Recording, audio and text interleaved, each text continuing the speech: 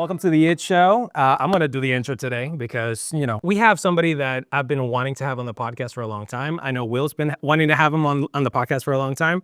This person has been in the industry for 25 years in the real estate industry. They've been a lender, they've been an agent. They're a leader now. They're the CEO of the Alliance Group, brokered by eXp Realty, and the CEO of Investor Season LLC.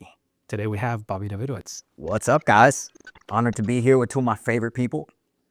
We're happy to have you. We're honored to have you, man. So I have so many questions for you, but I know that you have a very specific question that you want to ask Bobby. Do you want to take it off? Sure. I think we'll start. I think probably one of the most important things to me, or most impressive things about you, is your ability to lead. I think over the last few years, it's safe to say that the market of real estate has been a tougher market to succeed in. And that's something that you and your office has ran incredibly well, has a very unique culture to it as well. How would you go about, or how would you say you create that culture, and not only just create it, but kind of keep it intact so people are motivated when it's easy to be unmotivated? Absolutely. So I think the foundation of any culture is what the leaders believe, right? So it always trickles down from the things that we believe. And so I've been into personal development since I was 21 years old. I'm 46 now. So I've been kind of studying this thing for a while, and I kind of know how the story goes. But I've also been through a few storms, right? So I was in the industry in 2007, 2008. So I've been through the rough times, and I understand what happens in these times, right?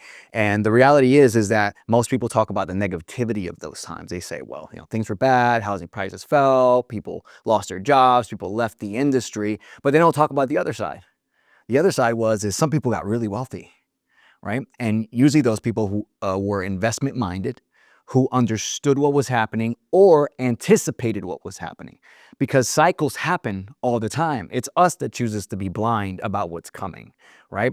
And then you combine that with the fact that I met Gil Ramos, about 12 years ago. And when I met him, he was in that same mindset. He was in the same mindset that, look, no matter what comes, we fight through it. It's just, we've all been through enough storms now to understand that this is entrepreneurship, this is life, this is real estate.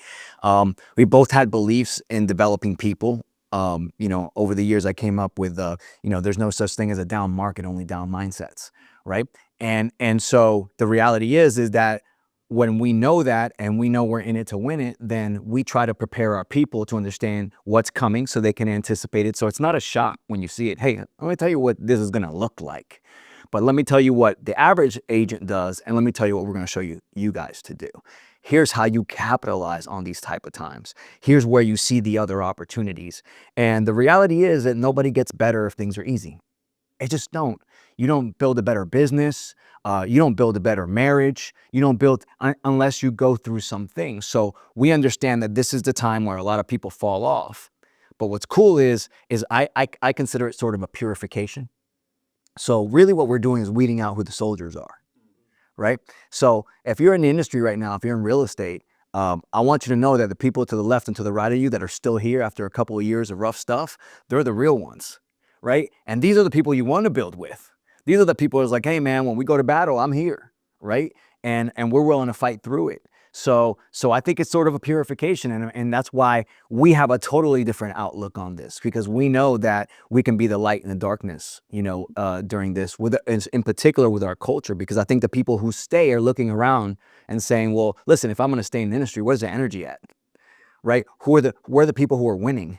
Where are the people who have this kind of belief? Because I have this belief, but I need to be around this, because you can't do it alone, right? And so that's what I would say when it comes to culture, leadership, and then especially during these times.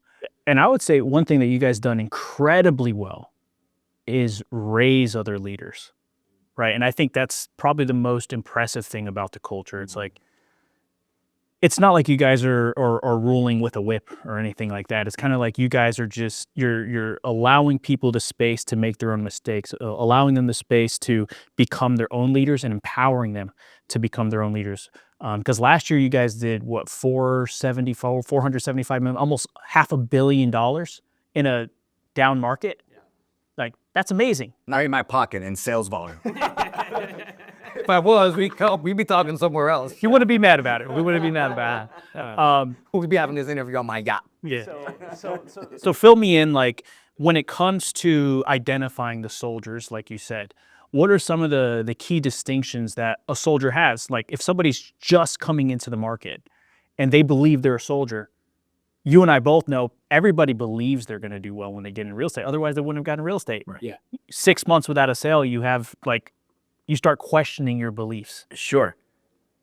What are some things that you found with the winners or the soldiers, like you say, to, you know, kind of distinguish who they are and who they're not up front? Sure. So I think on a kind of more, 30,000-foot view of it, when you do have certain beliefs, you tend to attract the type of things you believe, right? And you tend to push away the people who don't. So there's been plenty of people that join and we never had to push them out of the culture. They pushed themselves out, right?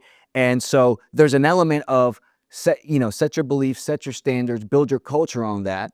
And what happens is it's a natural filter sort of for that. But there's still people along the way that have come in and they say all the right things, but they don't necessarily deliver on those things, right? So I think that over the years, at least me and probably Gil as well, we've gotten good at, I kind of know whether you're really hungry. Tony Robbins talks about that, right? Like the difference between, who's not successful is this hunger, right? And so when you talk to people, sometimes I really watch the things they say and how they answer questions and whether or not they truly have this desire, and I think it's just through repetition. You kind of know there's some people that are really great at talking the game, but like now I'm kind of like, I don't 100% believe it. But at the same time, if you're a good human, I usually tend to give you a chance. Like if you got a good heart, because there's been plenty of people that started slow, that started without the belief and the hunger, and they get into a culture like ours and they starts to rub off a little bit on them, right? Or you catch people in different stages of their lives. There's some people that are just struggling when they come in, right? And there's a lot of stuff going on, and then they sign up and you want to give them a shot, and then you don't see them for 3-4 months. But oftentimes they'll come back and they'll start plugging in again. And every time I see people show up, they blow up. Like, it's like, hey, when I start seeing them in the classes, I'm like, oh, I just saw you twice this week. And you were in this class and you attended this event we did. And I'm like, you're on your way. Like I could already see just the fact that you got here and you're starting to show up. So I think that's part of it. And for me personally, I also look to protect the culture as a whole. So like, in other words, I don't want to bring bad energy folks in. I don't want to bring drama folks in. And you can often tell people that, just, you could tell it's all about them, or, they believe this and that and this and that. And like, we're at a stage, luckily right now, where at first, I think, especially in real estate, you're trying to take as money as you can because you're trying not to go broke, right? But you realize that strategy doesn't actually long-term lead to increasing the bottom line. It just doesn't. It learns to more drama and more things like that. So, I can tell you that funny enough, if people know Gil and people know me, right, you probably think Gil's more of a hard ass when it comes to like letting people in. And he's actually over the years probably been more lenient, where I've been like, that's a hard no for me. Like, I don't tell the people to their friends, but I would tell Gil, I was like, no, man, I'm telling you, I already know. Like, this person's going to start dropping all this drama in the office and it's going to cause issues and stuff. And now I think after we've been through a couple of, waves of this, Gil's starting to tell me it's a hard no on some things. Like, yeah, dude, we're moving forward. Like, we don't need to rehash that. We don't need to make an exception. Here's our standard. Like, it's a blessing to be a part of this culture. And if you don't see it, it's okay. But we don't have to lower the standard to let somebody in simply because they produce or whatever they think that they're bringing to the table. Yeah. And that can be tough when you have somebody who's a great producer, but they're, in a sense, cancerous to a culture. You mentioned the beliefs. Like, you have the beliefs, you either have them or you don't. What are the beliefs? Great. So we talked about we're great at raising leaders. We believe in leaders that create leaders. Like, that's one of our mantras. Like, you're not coming in here to be an agent, number one. That's not what we do here. Number one is we're building real estate entrepreneurs, right? So let's shift this mindset that we're here.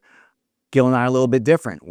I don't want you here so you can be a transactional worker for the rest of your career. I'm looking to set you free. Are you into financial freedom? Because we're into financial freedom and we want to help you get there. Like, I don't want to be talking to you about the same things in 5 years. I want you to tell me, hey, I've got residual income coming in. I got investment properties. I don't need to sell as much real estate. Great. Well, what do you want to do? Oh, I want to build a team. I want to recruit more people and not spend time selling homes. Great. helping people get free. So we believe in leaders create leaders. We believe in building financial freedom. We believe, you know, it's funny because I don't think we started with this belief, but we teach people how to be speakers and coaches. Okay. Like we do. I've told Gil several times, I'm like, dude, we've done something indirectly here that's probably one of the most special things that I've ever seen, which is I look around our culture and I see at least 10 people that I would be comfortable putting in many of the conferences I've attended nationally on the stage and be like, this is a great speaker and a great coach. I mean, you can name the Deontays, you can name the Corinnes, you can name the Michael Colliers, you can name all these folks that we, you know, Alexis Diaz is now going to be speaking on you know, on Build at Sea on a cruise. So I like to say, I'm so impressed with her, by the way. dude, she's made massive transformations over the years, right? And it's funny because when I got to speak on the boat, I was like, does this make me an international speaker? Like, no, you know. But that's the reality is that we say we make it very upfront that Gil and I might have founded the culture, but you own it. That this is not here so that I can be here, we can be here for you. You guys are the future. So we expect you to step into the spots that we're in.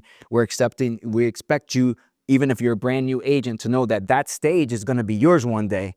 So whenever you get to the point where you have mastered something, like expect that we're going to put you up there. And it's funny because speaking is one of, you know, is usually named as, you know, it's like death and speaking, public speaking, right? But Speaking is actually above death in which is the craziest thing. in a lot of surveys, but you go into our office and you just see people that just, they understand that they have to stand and deliver. They understand that they're going to be on stage. And we didn't necessarily do that as a like, okay, that's our mission. But I was like, dude, this is a big deal because this is part of, you know, really what you're doing is, matter of fact, you taught a class on this the other day, which I think we should teach more often. Teaching Thursday. I'm teaching The same class? Yes. Yeah, because what you're really doing is breaking fears, right? You're shifting people. Like that skill set gives you a new level of confidence that you can take into your real estate business. So those are all the things that, like, you know, you kind of got to experience a little bit to see. That's why we invite people to our rallies and stuff like, dude, just come see what we do. Because most of the time when somebody comes to a rally, they're like, oh, this is different. Like, Yeah.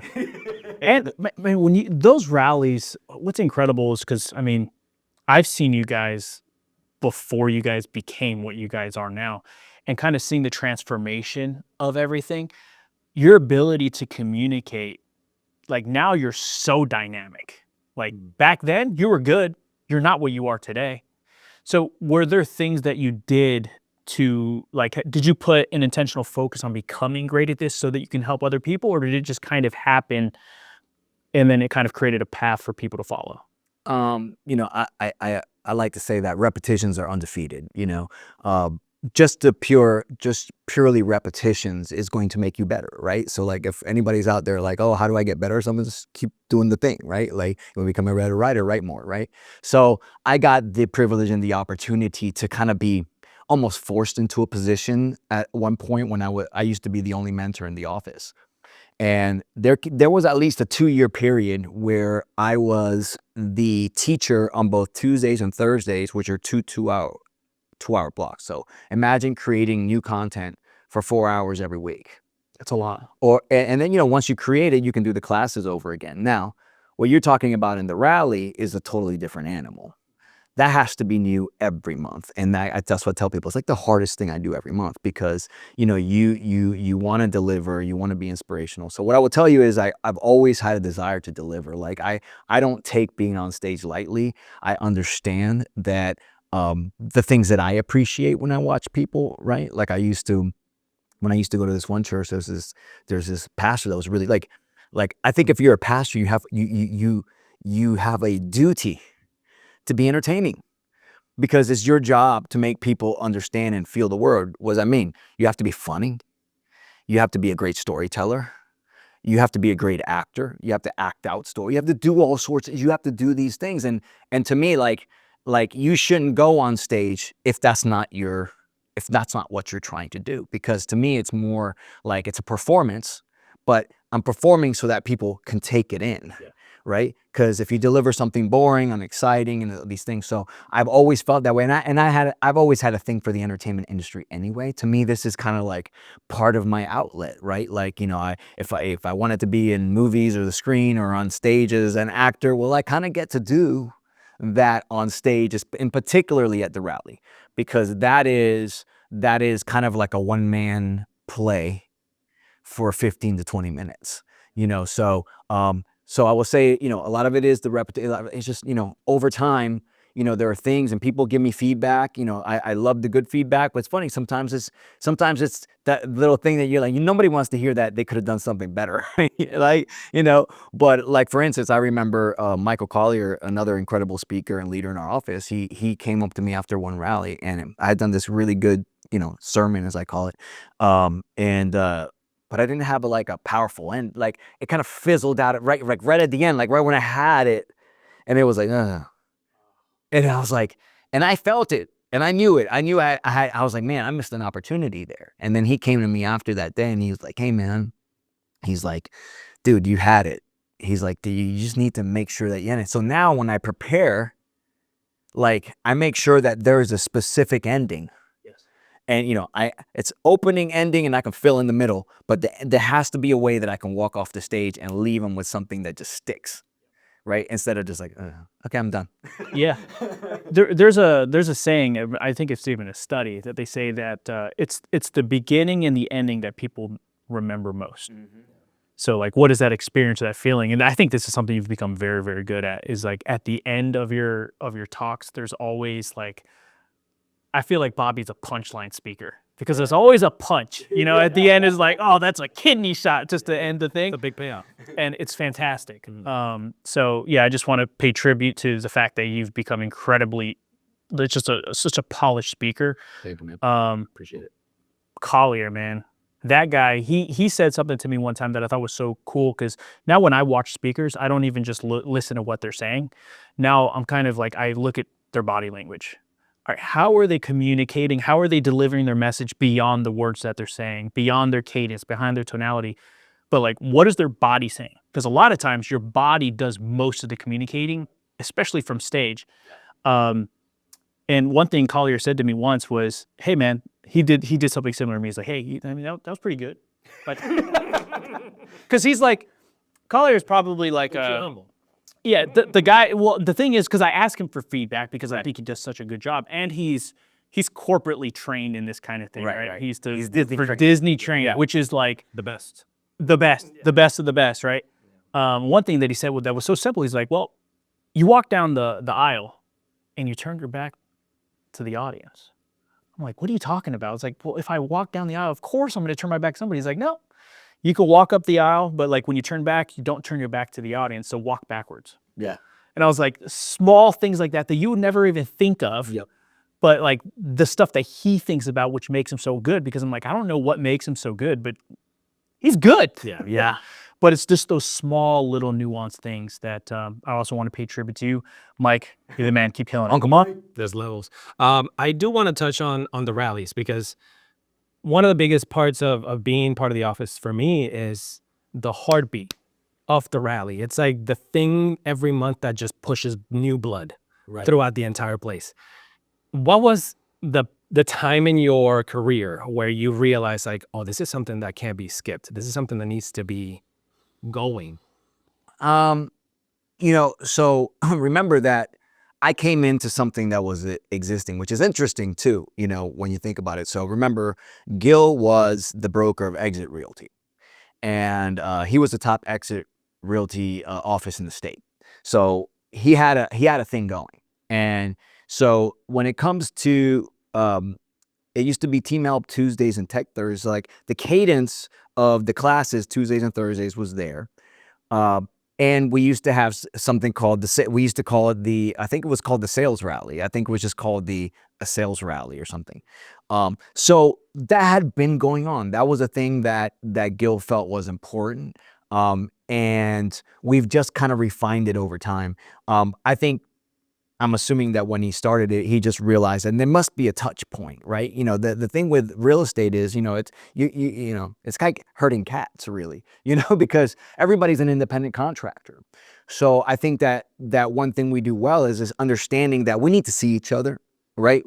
This is why we kept an office, even though EXP was supposed to be cloud-based and stuff like that. We need a place to gather. We need community. We need these things. So the rally became that thing that at least people knew that, like, if you couldn't make it to other stuff, the one thing you can't miss every month is this kind of, you know, Tony Robbins-ish style. And I think we've added layers to this over the years, right? I think it was, you know, if we probably went and watched one of the first ones that Gil did, or even me and Gil did together, it would have been a lot drier. But you know, we became big, you know, part of Tony Robbins' cult, you know, so we kind of turned it in down. We, you know, we understood the power of music, and when somebody started playing music, I'd be like, oh, we need this, and then somebody offered to DJ. Now we have an in-house DJ, you know, for our rallies, you know, so you walk in, everybody thinks it's a club, you know, but that's the vibe. That's how we've always been. And I think also on a cultural level, it just happens to be that me and Gil are Puerto Rican. So, you know, we are a celebration culture, you know, and that's one thing that we never had to disagree on, was the fact that you got to be able to throw a good event and a good party, right? And that getting together matters, and the experience that people get. You know, Gil always had that term, magical moments, right? How do we create a magical moment, something people remember? So this is something we kind of understood, and then over the years, as we continue to get a little bit better, then we go like, okay, cool, and then now it's like a format. Now it's like we do now it's a three-pronged format: celebration, education, and inspiration. It's our three kind of, but we didn't have that at the beginning, but now it's like, okay, this is what we do now, right? We spend the beginning after the sponsors and all that good stuff. What do? We celebrate agents, right? We celebrate the accomplishments, you know, make sure that people understand that we see them. We see what you're doing. You know, we do shout outs. We do all that. We announce the Rockstar Lunch, and then we get done with that segment, whether usually Gil teaches or we get another agent to teach something about real estate. What's going on right now? And how do you know, right now we've been focusing a lot on listings. Why? Listings are sitting. Why? Because you've been mispricing them, right? We're not having the conversations we need to have with people, and we got, I don't know, 180 listings or so. We have something crazy, but a lot of them are sitting. That's money right there that we could put in agents' pockets if we could just shift them, right? And then obviously the more inspiration, the Bob Report and all that good stuff. So I love it. yeah. One of my favorite things that you said, I don't know when, but it was one of the first rallies that I attended, was, we're a self-development company. We just happen to do real estate. Right. And in self-development, there's something that happens the moment that you start putting your perspective on the spiritual, that just transforms everything. What is something that's spiritual transformational for you right now that you might be dealing with for the first time, or something that's exciting you spiritually that maybe you want to share? Like personally, or? Yeah, personally, or maybe in your business or something, because typically spiritually, it's going to affect you personally regardless. Yeah. So yeah, this is kind of like the world I'm in right now, in my mindset. So over the past couple of years, because of, you know, certain things going on in my life, you know, relationship stuff and all, I kind of came back to this point where I was like, I really got to be obedient. Like, that's really what I need to do. Like, you know, regardless of what I need to do in business or whatever, I need to follow God's plan. God has a plan. I've always known what the plan is, right? But it takes, you know, when we grow up in this society, when we get programmed a certain way and we do certain things, and, you know, you kind of say, well, I'm really good, but I'm going to carve out these things that I want to keep that aren't so good, but maybe I'm building credit enough over here to let these slide, right? But God's watching, right? And he understands. So that I've been making some personal changes. So the Bob Reports in themselves have always had a spiritual component. But as you have seen, I've started to kind of lean heavier into connecting biblical principles, because biblical principles are personal development principles. The reason people avoid that book is because the book has a charge to it. But you can read Think and Grow Rich and Think Nothing. All those elements are in this book. But you don't want to look at this book, because this book might have to cause you to change some of the things that you're doing. And there's a lot of misconceptions around this book. So I think that one of my missions, or one of my spiritual missions, has become, how do I tie the principles here to business and to what you already understand, and understand that it's always been here, right? And not to be afraid of this, to go down a spiritual path, because the reality is that the story, everybody's story ends up being almost exactly the same, which is, especially for high achievers, you're going to try to achieve your way into happiness, and you're going to reach some crossroads where you realize you feel unfulfilled, right? We learned this at Tony Robbins, right?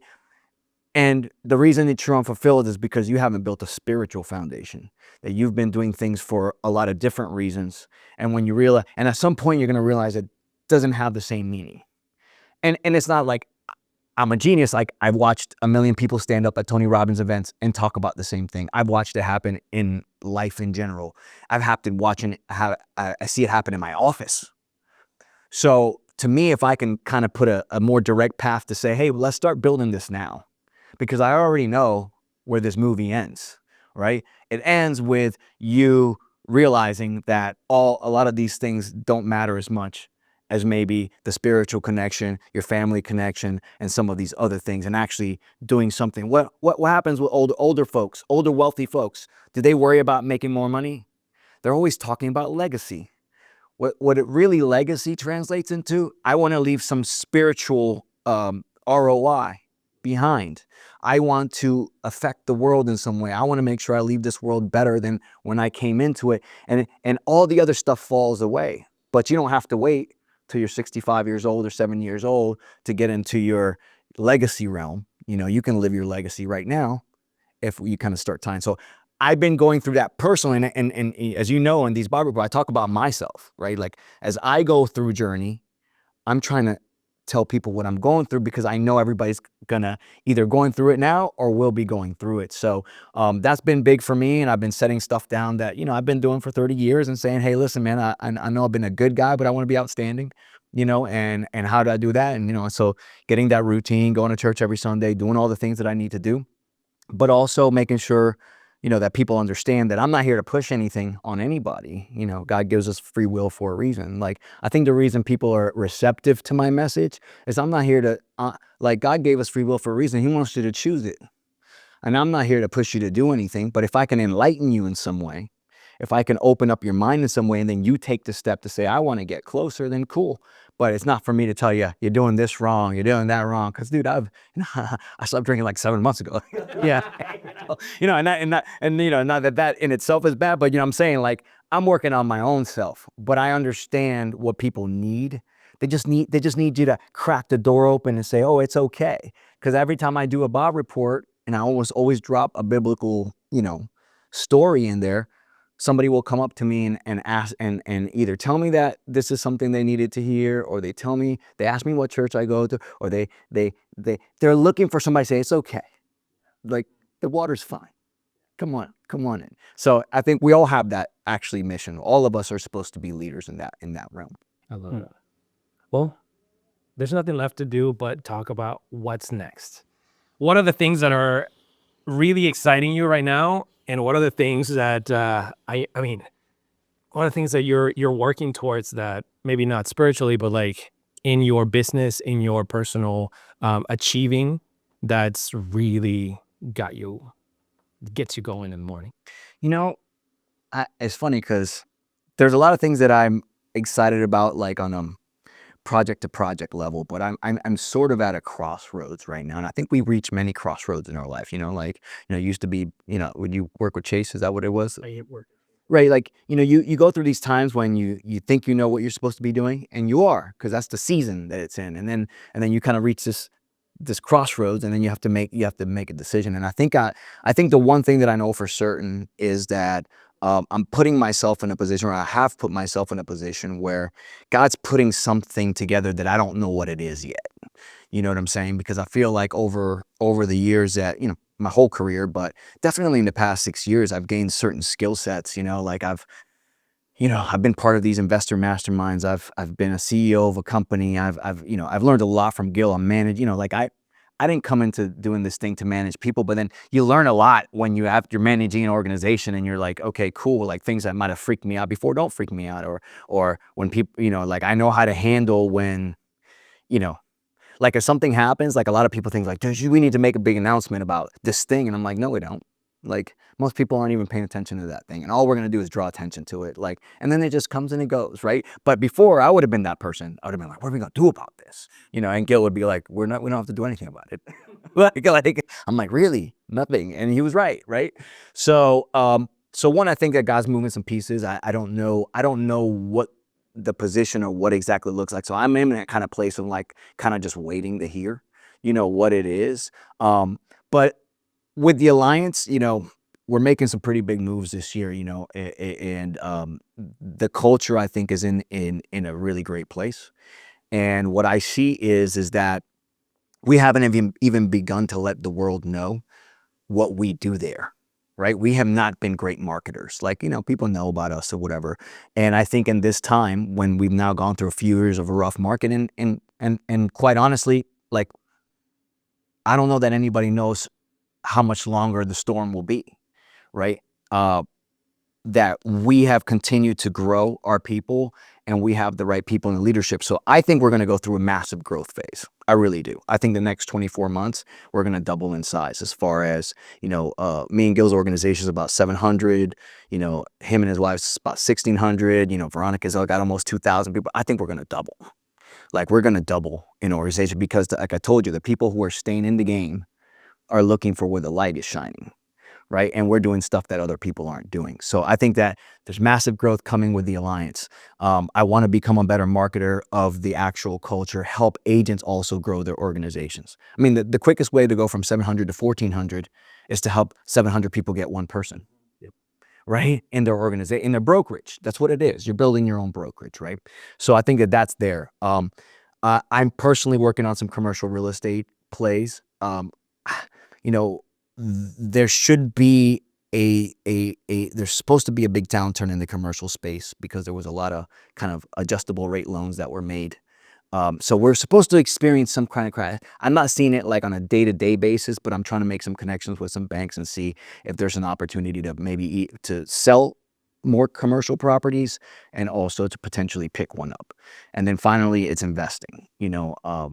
My goal, what's next for me is I want to be a full-time investor when I grow up. So, when I grow up, I don't. I mean, that's a mindset. That's it. I'm a young 46. Like I think I got a long track. I feel like I'm not even at halftime, to be quite honest with you. So to me, it's like, okay, and now I've taken everything that I learned moving forward. I've invested in commercial real estate, I've invested in residential real estate, and I will continue to do so.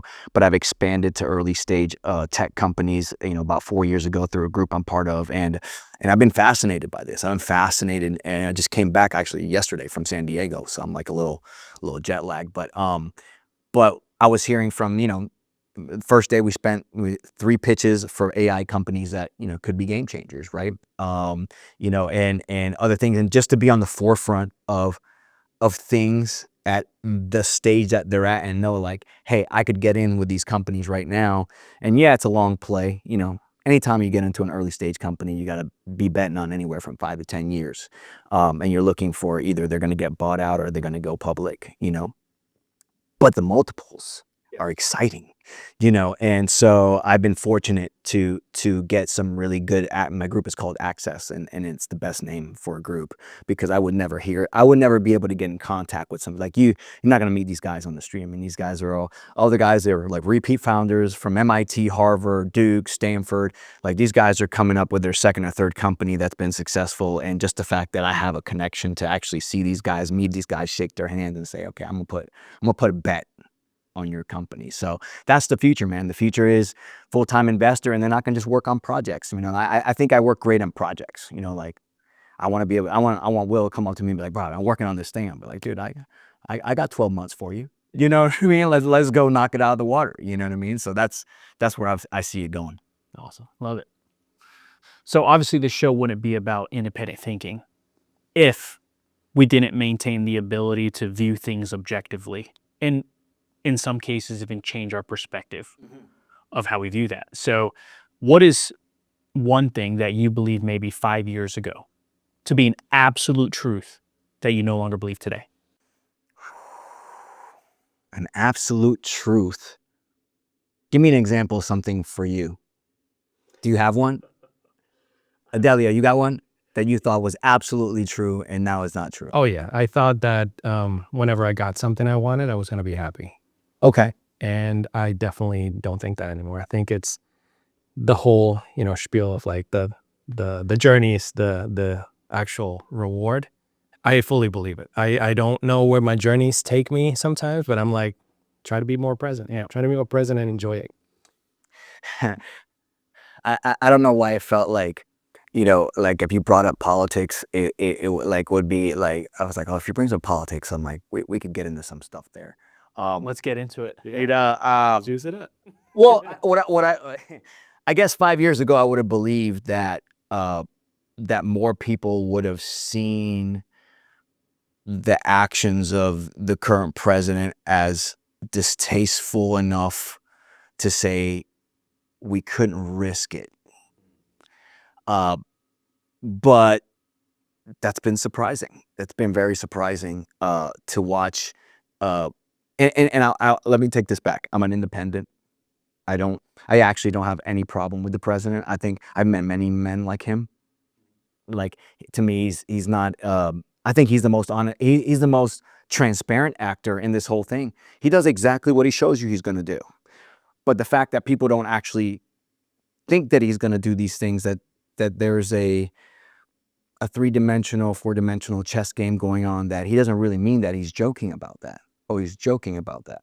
Okay, well, is that, it's like, wow, like people have justified so much that I would have never thought that that was actually possible. And it's happening in my own family. Like, where, like, I was like, wow, like, it's just really, like, and even friends, and I was like, wow. And that really surprised me. That really surprised me. It doesn't surprise me anymore. And it is what it is. Like, I'm like, to me, everything that happens is supposed to happen. Right. So part of the reason that we have this situation in politics right now is because the government has been screwing this up for a long time. In general, they have not delivered. They have not put the best people out. They have made empty promises. They just have done all the wrong things for long enough for people to be open to something like this. But in the real world, if I were to describe the things that have gone on, and I would have said, hey, would you hire this person in a real life situation? I have to, like, if this never existed, and I would have said, here's the track record. Most people would be like, yeah, no, absolutely not.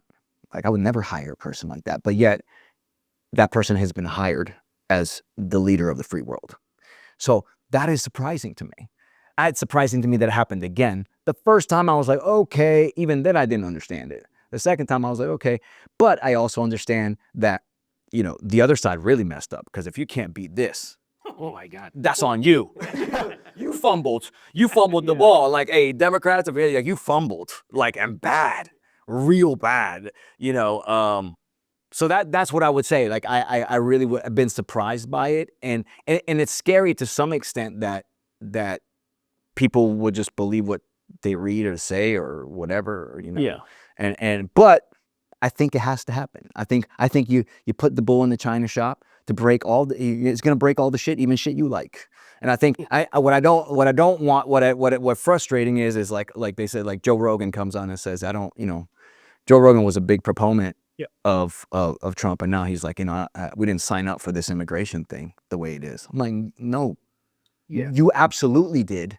Like, that scares me. Like, you didn't know that this is the way it was going to go down. Well, I mean, there's a lot to say for that, right?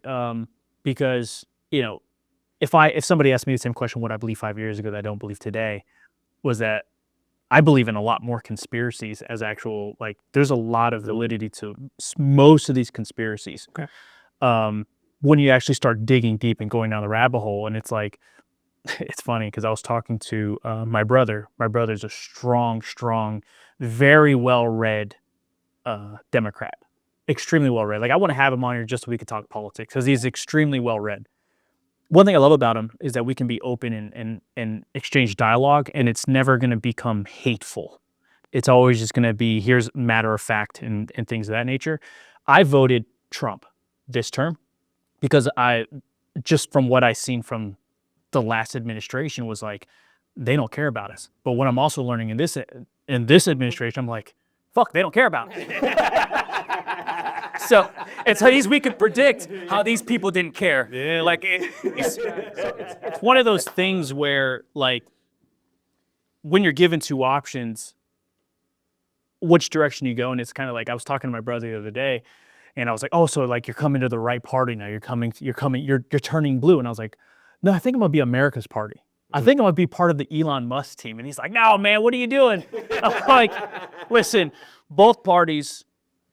Like, if you look at just everything that's happened, all the policies, everything, it's extremely evident they don't actually care about America, and they care more about foreign governments than they do about us. And everybody is bought and paid, all of them. Yeah. Right, but here's the thing: you can't get so cynical that you don't try to change the way things are, right? Yeah. So you can't go down the rabbit hole to say everything's a conspiracy. Of course, there's people lying, cheating, and stealing in the government. Like, I don't think anybody would argue that, like, that it's perfect on one side or perfect on the other side. But this is why I just get back down to, so we have to get back down to basics, right? So my thing has always been, whenever I get in like to a discussion with somebody who's like really into it, right? I just say, I was like, listen, I'm not even gonna say anything that isn't on camera. Like that you should know about, and even they don't even, like, and there's just some basic things that I think that should have been big no-nos, right? This, like, and this happened in the last election, right? Veterans, respect for veterans, like I mean, when I was growing up, bro, if somebody told you they served, like there was only one response: Thank you for your service. thank you for your service. For you to look at a guy who was a war hero, was a prisoner of war, and say he's a loser because he was a prisoner of war and who served it, like, when that happened with John McCain, I was like, and they let it slide. I was like, oh, something's changed. Like, they let that slide. So all these different things, but to say this, the system, it needs some fixing, and the funny part is. And so, like you say, you voted for him. I don't have a problem with that. Like I said, it's the people that say, I voted for him, and I still, they believe something, like he says something or does something, and like it's right there, and they're like, Sure. no, They find a justification Right. for why it's happened. Right, he's joking or whatever. It's like, look, let's just focus on the basics. Here's what's on camera. Okay, do you believe the election is stolen? Okay, you can believe that. Where's the proof? Well, they're still working on that. Okay, but why aren't they talking about it now? I mean, it's one of the biggest political crimes of all time, of our history. How come we're not talking about the stolen election anymore? Oh, well, it's not in court. So what's happening in court is that the voting machine company that was defamed because they were telling that it was wrong, the man are suing them, and this is from my mom's boyfriend, who is says. He goes, but I don't understand why Fox News settled. He's like, they shouldn't have done that. I'm like, well, why would they do that? Why would they settle? They're being accused of saying lies about this thing. You're telling me there's overwhelming proof that an election was stolen. Okay?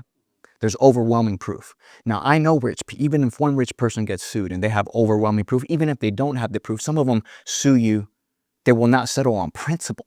And Fox News got money. So why? And then so they start making, oh, well, I just don't know why, but they got plenty of proof. I go, okay, so the whole system's rigged. The whole system's rigged. And it's rigged for the Democrats, right? So that's what your claim is. Your claim is that the Democrats are so powerful that they have somehow erased all this amazing proof that you lost the last election. And okay, because I'm with you on this, okay? Cool. So why didn't they win this election?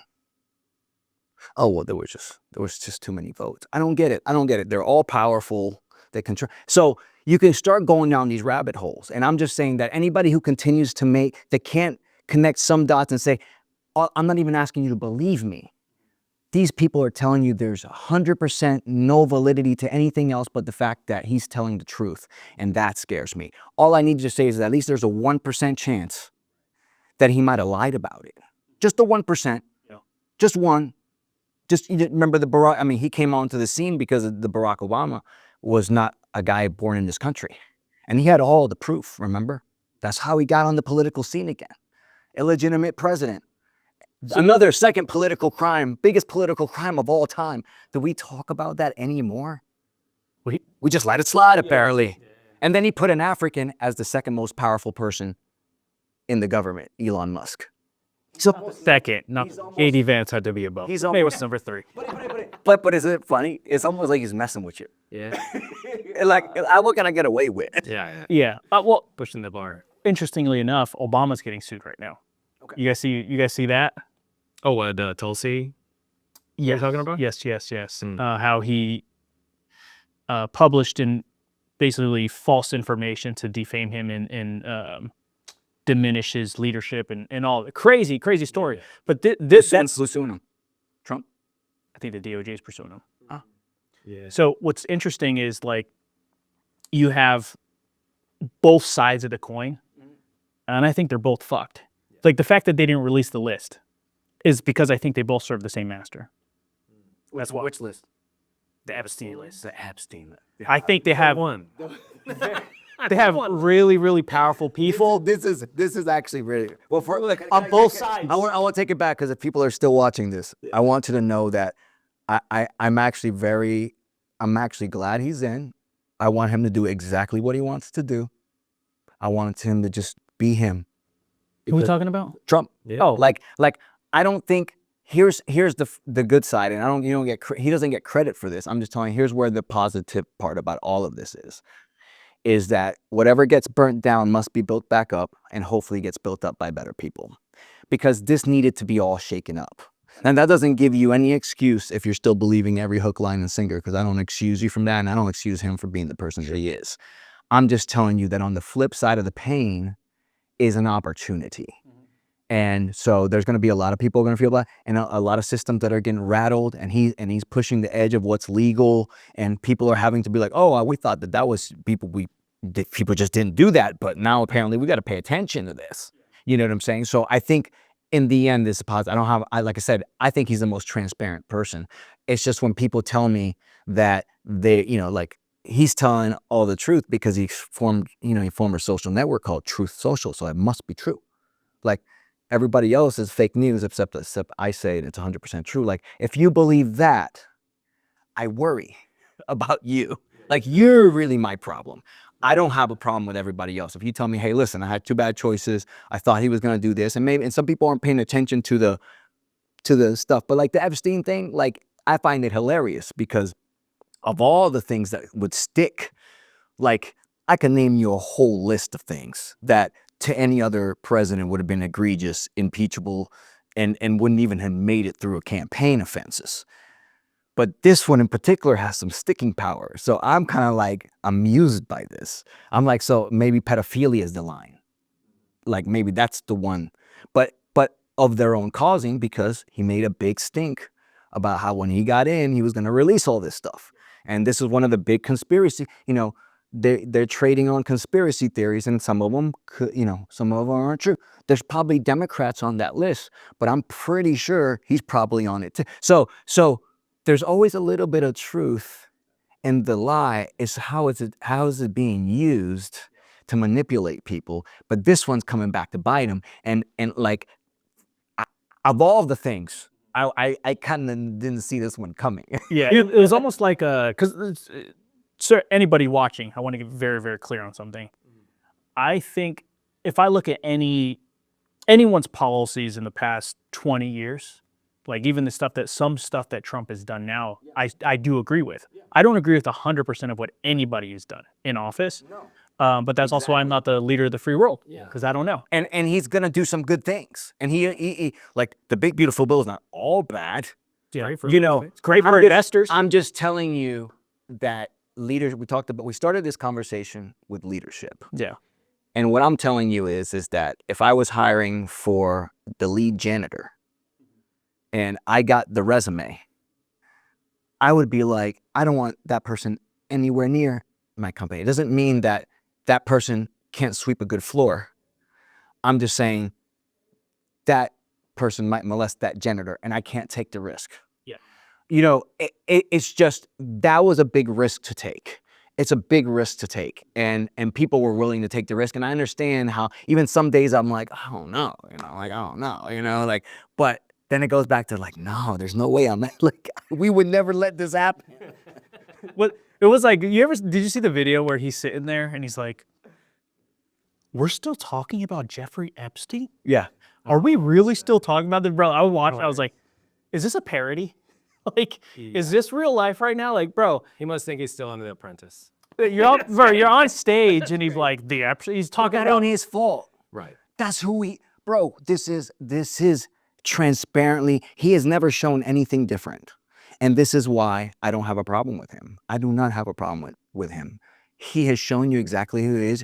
We can pull up lie after lie. We can show felony counts. Like, nobody gets by with felony counts, but somehow I convinced you it's all a hoax. Everything's a hoax. Even the felonies prior to being in politics. Like, it's all fake, or it doesn't actually matter. And I'm just telling you, for a position of this height, which is probably the highest position in the universe, we should have a higher standard. Yeah.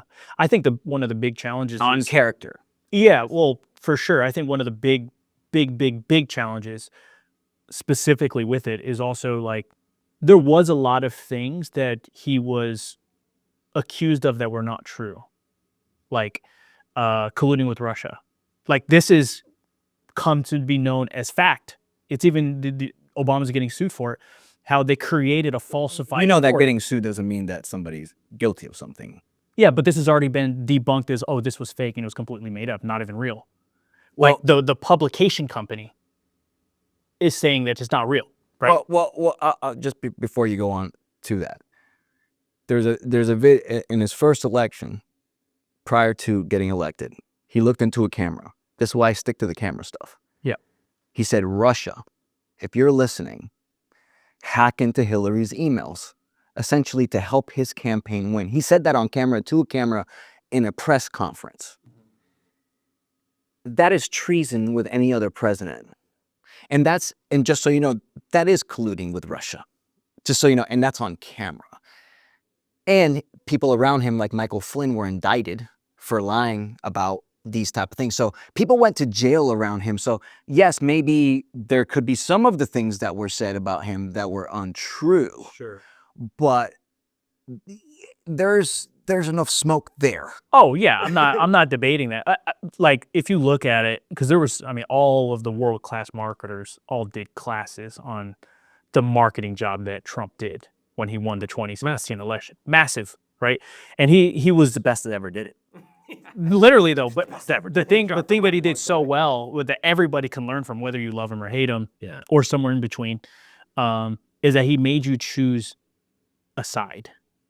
And you're for him or you're against him. And that's what kind of created this almost cultish following, where it's like, I choose to turn a blind eye to this because I also see how bad it was over there when I was over there. Because like, if you start looking at like kind of the stuff that happened, you know, and for the record, I'm not comparing him to Hitler. Okay. Oh, shit. Here we go. But on this topic, here I think is a very important aspect to understand. During World War I, or prior to World War I, Hitler, he sung the same song, and he was imprisoned. World War I happened, and Germany was in disarray. Right. Germany, their dollar became basically useless. There was Right. millions of dollars in the Things got street, and hard. it's worth nothing. Let's try something new. Singing the same song, but when shit was really bad, and then now it inspired hope for change. And that's what got people on board to do all the shit that they did. Which is kind of crazy to think about, because I think there was a lot of like what I would watch on TV, right? I'd see the news, see CNN, see all that stuff. And then I would see things that are contradictory depending on the news outlet that you took in. Like, if it doesn't matter what you watch, you're going to believe whatever you're consuming. And I think the problem was in the Democratic Party, they owned 6 of the major media conglomerates. So they controlled the narrative on everything. Like there's videos out there where you have all of these news stations all across the country using the same exact script. And then it's like plays one, and then you can say like I've seen many of those clips on the and people tend to watch what they want to watch, so they're going to go into their echo chamber and listen to whatever. But I think what you're getting at is it's incredible marketer. He's an incredible marketer, and I got to give that to him. Like I said, let me tell you a couple things that so people don't think that I'm a hater. He got a couple things right, messaging especially, whether he's going to do something about them. Just Trump, but just the brilliance. Okay, number one is people worried about their pocket. Okay, that's what they were worried about, and he made sure that he spoke about. There's 2 issues that he probably won on, which was the economy, right? Prices went high. Now most people don't understand how economies work. They're they think that Biden switched an inflation switch like it helps him. No, I mean we dumped a lot of money. Like economic factors happen over 10-year periods. They don't have it. But, Trump takes credit for the things that are good, takes no responsibility for things that are bad, and he's the best at that too. But he understood people were in pain financially, and he talked about that. Number 2 is that Biden had a very terrible immigration policy. Even Democrats would admit that. Like, we needed to do something about that. And those 2 issues, Trump hammered into people's minds, and he understands that in order to get things to stick, you make them simple and you make them repetitive, right? And the problem with, you can't even tell me the slogan on the Democratic side. You can't tell me it. I don't know what it is. I don't know what it is because they don't understand brand. That's a lesson they need to take from Trump. Keep it simple, hammer on the messages that matter to people. And the Democrats fumbled. If you look at all the other stuff with Biden, you probably find that Biden wasn't the terrible president they make him out to be. But the immigration thing was a big deal, and they made sure they harped on that. Yeah. But when they were packaging the message, they focused a lot on these social issues that, at the end of the day, people don't care as much about as feeding their kids. They don't care about transgender the same way they care about feeding the kids. And that's not saying anything terrible about that. I'm just saying that when you're running for office, you need to understand what the messaging is. So they totally dropped the ball. And then my other critique of the Democratic side is the fact that they tend to demonize wealthy people. And I think they need to drop this. I think they need to drop. I don't want to hear the word millionaires and billionaires anymore coming out of their mouth because everybody aspires to be those folks. And you have already seen that they don't give a crap because the actual person you're talking about became president knowing that Elon Musk gave him $300 million to do it. Elon said he did it. We're not disputing that literally the thing that we find disgusting about politics happened right in front of our eyes and people didn't care about it one bit. They didn't care. Then what do we take? We don't want these rich people controlling everything. And literally, in the open, this is why I say they're transparent. In the open, Elon's like, I wrote him a $300 million, got him, and now Elon don't even like him. Mm-hmm. Right? So stop talking about wealthy people like they're evil. Now, does that mean they're not wealthy assholes? Yes, but they're also poor assholes. So we're going to set that aside, right? But stop talking like these are the people that are causing the problems. Let's take that out of the language and say, let's just make it all fair for everybody. I personally, people think that I don't like politics. I don't even think there should be a progressive tax rate. I think that's penalizing. I think there should be a flat tax or something, the semblance of fair. Why do I think that? Because if anybody knows anything about percentages, they are in themselves progressive. So when you make a progressive tax rate, you are double taxing the people who win the biggest. Why? I don't think that's fair. Yeah.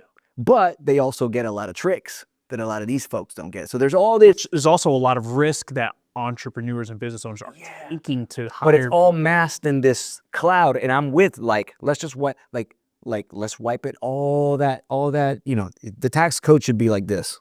Yeah. This is what we're allowed to do. This is what we're doing. And there's going to be transparency in this, but we're going to lower things. We're not going to do this progressive stuff. But we're not going to do this thing where you got 900, 2,000 pages where you can sneak in. I would just at my investor thing, bro, with this 100% depreciate, you can the wealthy people that have a tax strategy don't have to pay a lot of taxes if they know what they're doing, right? Because there's loopholes to all of this stuff. But what we could do is just keep it super simple. So this side can't say you're cheating, and this side can't say you're cheating. I don't know. Maybe I should run for president. I mean, it's a good point. Oh, but you know, before we go to the final question, I feel like Edelio needs to chime in a little bit more. Like I feel like on this political thing, because I feel like we kind of dominated that. And I just like moved into the bushes like Homer Simpson. I was like, you know what? You didn't want to get canceled. You didn't want to get canceled. No, I completely agree with where you're coming from. I think that everything that was said was masterfully said to make your mind up. He's a professional mind maker upper. Like Right. he makes you make up your mind. Like you said, you have to choose this or the other. And he really drove down the stake through the heart of like, all right, what do you want? Do you want more of this or do you want hope? And that's also what we got sold with Obama. Yes. You know what I mean? Like that was the play got ran again. And I'm not saying Obama was a bad guy, but there's a ton of drone strikes. You know what I mean? Like the people underneath him are also liable to some of the horrific shit that we saw in the Middle East. So nobody's clean. Absolutely nobody's clean. But I do think that there is something happening in the mind of the Trumpers where they're excusing way more than they need to because politics is a mirror. And you see yourself, however developed you are, you see yourself in that. So if there's things that you're making up about yourself, there's things that you're lying about yourself, there's shit that you're excusing about in your life, of course you're going to excuse it about the president because why wouldn't you? Yeah. So whenever I see that, immediately I go, okay, we're not talking about presidents here. We're not talking about anything that has to do with what we're currently dealing with. We're talking about you and what you're going through. And you're projecting it onto me, and now we're gonna get into a fucking debate. But typically I go like, let me try and figure out a way where we can get you vulnerable enough to where you open up about that. And that's nearly impossible with them. So I sometimes just shut it off. We'll end with this because you got to go. I will say that, like I said, I don't got a problem with Trump, but I do know how he's created. Like Trump in real life, if you took all the presidential stuff and the fame and stuff, and you met this person in regular life, you would understand how insecure the human is. And you get insecure because of childhood trauma. And I've actually read the book that his niece wrote, like his own niece wrote about the family and him, and it's called Too Much and Never Enough, if you want to kind of understand how it happened. But you wouldn't even have to tell me that story. I know, because when I meet somebody, we've been to Tony Robbins events, I know when people act a certain way that they're really compensating for the fact that they're really looking for love. So the reality is that Trump is just a child, a very insecure child that wants love, but thinks that love is significance, right? This is what we learned at Tony Robbins, wasn't it? That we sometimes mistake these things because, so all the attention is what he feels. It's like a drug. It's like the love, but it never quite lasts, right? So he's really somebody who was seeking that and sought it out through other means that is unhealthy, you know? That's why he paints himself orange. That's why he can't just be the color that he is, right? He can't tell you he lost anything. He's never said he's lost anything, ever. That's why he can't take responsibility for anything. He can't, because the minute he doesn't think that he's a winner, he's not loved. Right? That's why he does the things. That's why he's the best. He's the best. Everything. And if we met that guy on the street, we would know exactly who he is. And to talk about your mirror, the reality is there's a lot of insecure people in this country. And they saw something in him. They saw almost like a champion for the things that they've wanted to do and say that they couldn't say. And those are not healthy things, but he basically became the champion of that. Became the champion of FU. He became the champion of FU, FU, FU. You're a piece of it. You're going to lock her up. about, whatever, and even stuff that some of the mirror on the race stuff that people feel like, they're getting things taken away from them, right? He's pretty unapologetic about it. First it was the Muslims, and then it was this, and now we're getting rid of, all these folks that are taking your jobs, and these are not jobs people want to do. But it feels right. Right? It's the things that they wanted to say. It's the things that they've been trying to, that they've been feel like, okay, this is not politically correct. And now he's like, no, go ahead, say it. Go ahead, say it. Say it. So it's very interesting. So give me another final question so we can end this, because Willie B has to go. You know what I mean? And by the way, guys, thank you for having me on, man. This is like, I would do this all day. Yeah, this is if I could. We're going to have you on. We're going to have you back on, because this was fantastic. Yeah. In closing, here's what I'm going to ask you. And then after you answer the question, let everybody know how they can find you. Okay. All right. But in closing is, we're moving into a market where, again, like you said earlier, we're in the storm and nobody knows how long it's going to last. For somebody just starting something new, whether that's real estate or going into business for themselves with a lawn care company, whatever, right? And they don't have the circle around them or the culture around them that's going to help them believe on how they can win. How can somebody create that for themselves if they don't currently have it now, starting in something brand new so that they can win in a tough market like this? Well, I could tell you that something that didn't exist, that we weren't talking about even 5 years ago, was really talk to ChatGPT. Seriously, and it sounds like a cop-out, but the reality is that, when you start using this as a way to use your own ideas and get feedback from something that's learning from all of us and the web and all this stuff and dissecting this stuff, because what you really want to think about is you have to differentiate, right? So if you're starting a business right now, actually there's statistics that some of the biggest companies that we know of right now all started during downturns. What that tells me is that this is actually a great time to start a company. It's a tough time, but it's the best time. Why? Because you have to be better than everybody else. When you have to look around and say, hey, we can't survive in this market if we do it like everybody else does it. And that could be like, okay, cool. Well, do I need that expense? Or how do I make this less expensive so that I can stay lean when I start this thing up? And these are all things you can talk back and forth with ChatGPT about, like, hey, I'm looking to start this business, I'm looking to stay lean, and I'm looking to differentiate myself, like, as a marketer. I can tell you that, in real estate, we talk about the best marketer wins, and to a certain extent, that's true, because once you figure out lead generation, you kind of figured out the thing. It doesn't matter if you're in the lawn care business, it doesn't matter whatever.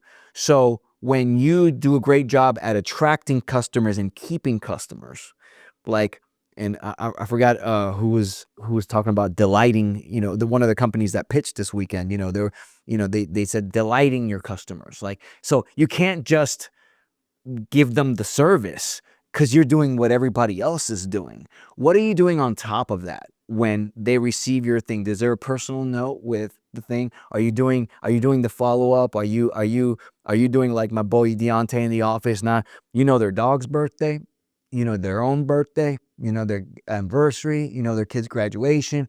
What are you doing in those special moments to reach out and appreciate and think and do these things so that you're not only getting more clients, but you're keeping them, and then they're referring you? So that's what I would tell you. I would tell you that that's what happens in this game, because you realize I can't just rely on a good market, because that's what happened in real estate for the last 12 years. You just relied on a good market to make money, and what happened? 60%, are not that many, but I'd say at least, we call it the thinning of the third, at least a third of the agents left the industry because they didn't have a good business built, right? So that's what I would say to somebody who's starting a business during this time. You're actually starting it at the best time. It's just going to force you to be better, and that's what you want to be, is better. Awesome. How can people follow you and keep up? Yep, follow me. The simplest way is to go Bobby Franchise on Instagram.